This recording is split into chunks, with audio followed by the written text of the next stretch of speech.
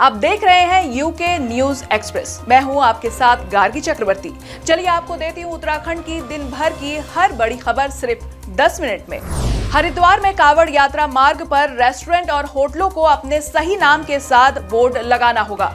Haridwar police ने ये आदेश जारी किए हैं। एसएसपी प्रेमेंद्र डोभाल का कहना है कि कावड़ यात्रा के दौरान कई बार विवाद की स्थिति पैदा हो जाती है, इसीलिए फैसला लिया गया है कि कावड़ मार्ग में पड़ने वाले होटल, ढाबे, रेस्टोरेंट और रेहड़ी पटरी वालों को अपनी दुकानों पर मालिक के नाम लिखने होंगे।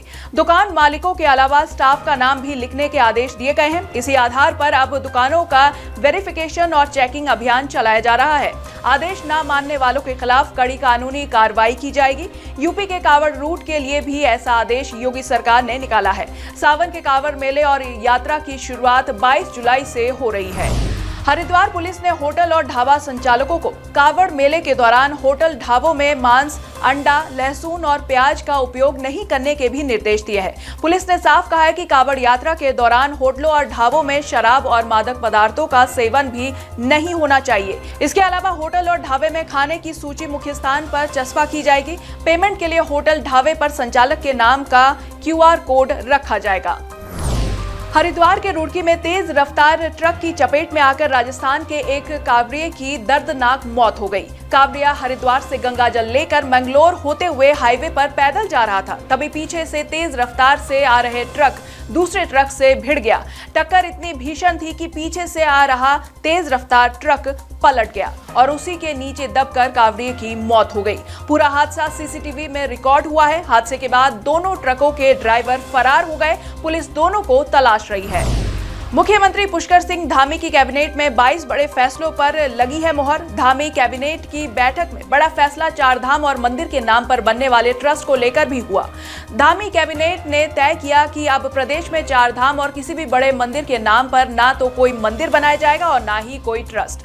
यदि कोई संस्था या व्यक्ति ऐसा करेगा तो उसके खिलाफ कड़ी कानूनी कार्रवाई की जाएगी। इसके लिए नया कानून बनाया जा रहा है। धामी सरकार ने ये फैसला इसलिए लिया क्योंकि दिल्ली में बन रहे केदारनाथ धाम के प्रतीकात्मक मंदिर को लेकर बड़ा विरोध हुआ है। उसी विवाद के बाद से धामी सरकार बैकफुट पर है। धामी कैबिनेट की बैठक में सरकारी अस्पतालों को लेकर भी बड़ा फैसला हुआ है। अब प्रदेश के सरकारी अस्पतालों में इलाज और सस्ता मिलेगा। सभी स्वास्थ्य केंद्रों में IPD और OPD की दरें समान होंगी। प्राथमिक स्वास्थ्य केंद्र और सामुदायिक स्वास्थ्य केंद्र में 10 रुपए और जिला और उप जिला चिकित्सालयों में 20 रुपए रजिस्ट्रेशन शुल्क लिया जाएगा। अस्पताल में भर्ती होने के बाद कमरों की दरों और सरकारी एम्बुलेंस की दरों को भी कम किया गया है। ये भी व्यवस्था की गई है कि स्वास्थ्य केंद्र से हायर सेंटर या अस्पतालों में मरीज के रेफर होने की स्थिति में दोबारा पंजीकरण शुल्क नहीं लिया जाएगा। साथ ही अस्पतालों में विभिन्न जांच में CGHS की दरों को लागू किया जाएगा। देहरादून में कांग्रेस की छात्र इकाई NSUI के कार्यकर्ताओं ने NTA पर बैन लगाए जाने समेत 4 बड़े मुद्दों पर प्रदेश के शिक्षा मंत्री धन सिंह रावत के घर का घेराव किया।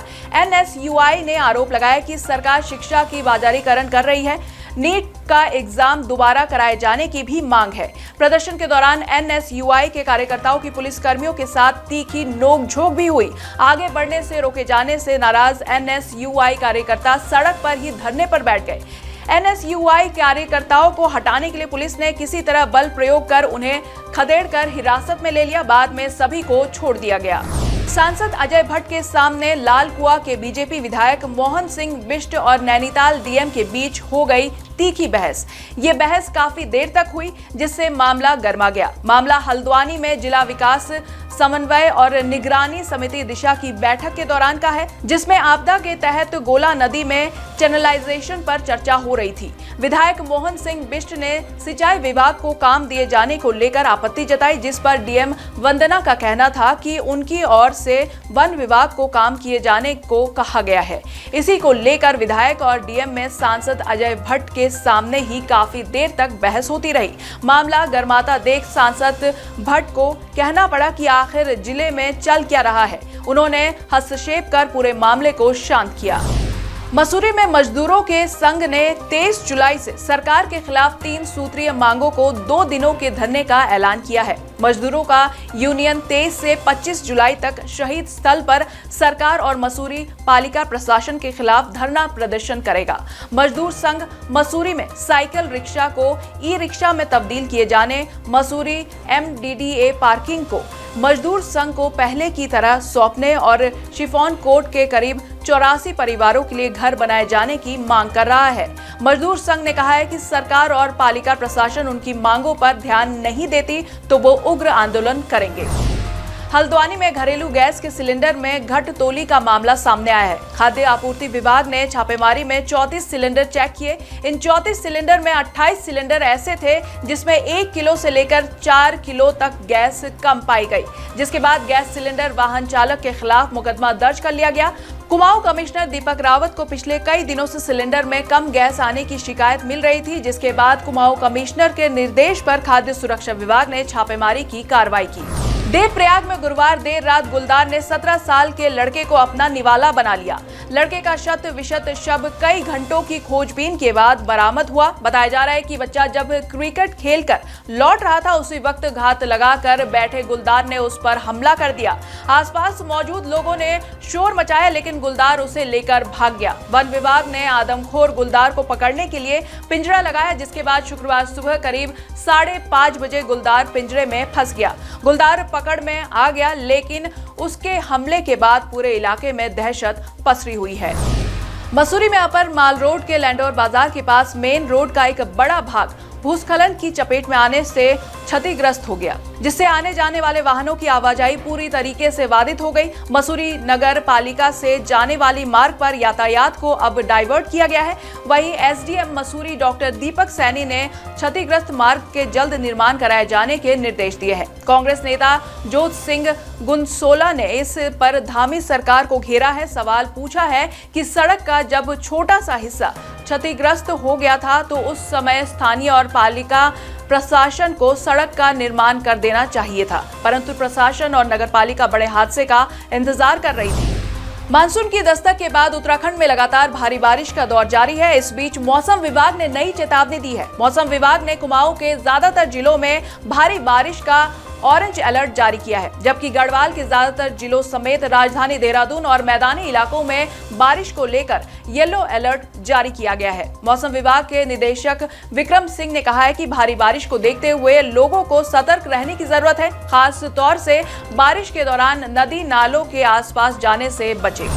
पौड़ी जिले के बिरोखाल में जंगली मशरूम खाने से 8 श्रमिक बीमार पड़ गए। तबियत बिगड़ने पर सभी को सामुदायिक स्वास्थ्य केंद्र में भर्ती कराया गया। जंगली मशरूम खाने से बीमार पड़े सभी श्रमिक यूपी के लखीमपुर खीरी के निवासी हैं और मजदूरी के लिए फरसाड़ी बाजार में रहते हैं। उन्होंने काम पर जाने से पहले मशरूम की सब्जी खाई थी। मशरूम को पास के ही जंगल से तोड़ कर लाए थे, जिसकी सब्जी बनाकर खाने के कुछ ही देर बाद 8 श्रमिकों की तबियत बिगड़ने लगी। किसी को उल्टियां हुई तो किसी को पेट में दर्द होने लगा। इलाज के बाद फिलहाल सभी 8 श्रमिकों की हालत खतरे से बाहर है और उन्हें अस्पताल से डिस्चार्ज भी कर दिया गया है। उत्तराखंड विधानसभा अध्यक्ष रितु खंडूरी ने उधम सिंह नगर जिले के रुद्रपुर में कई जगह पौधारोपण किया। इस दौरान उन्होंने लोगों से ज्यादा वृक्षारोपण अभियान का हिस्सा बनने की अपील की। रितु खंडूरी ने कहा है कि दिनों दिन ग्लोबल वार्मिंग से गर्मी बढ़ रही है, साथ ही पर्यावरण की आबो हवा भी खराब हो रही है, इसीलिए सभी लोगों को पेड़ लगाने चाहिए। कम से कम अपनी मां के नाम पर एक पेड़ जरूर लगाएं।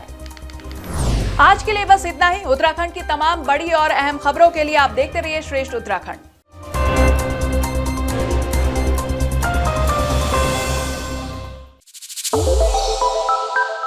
श्रेष्ठ उत्तराखंड पर खबरों से जुड़े रहने के लिए चैनल को सब्सक्राइब और लाइक करें, बेल आइकन दबाएं और देखते रहें श्रेष्ठ उत्तराखंड।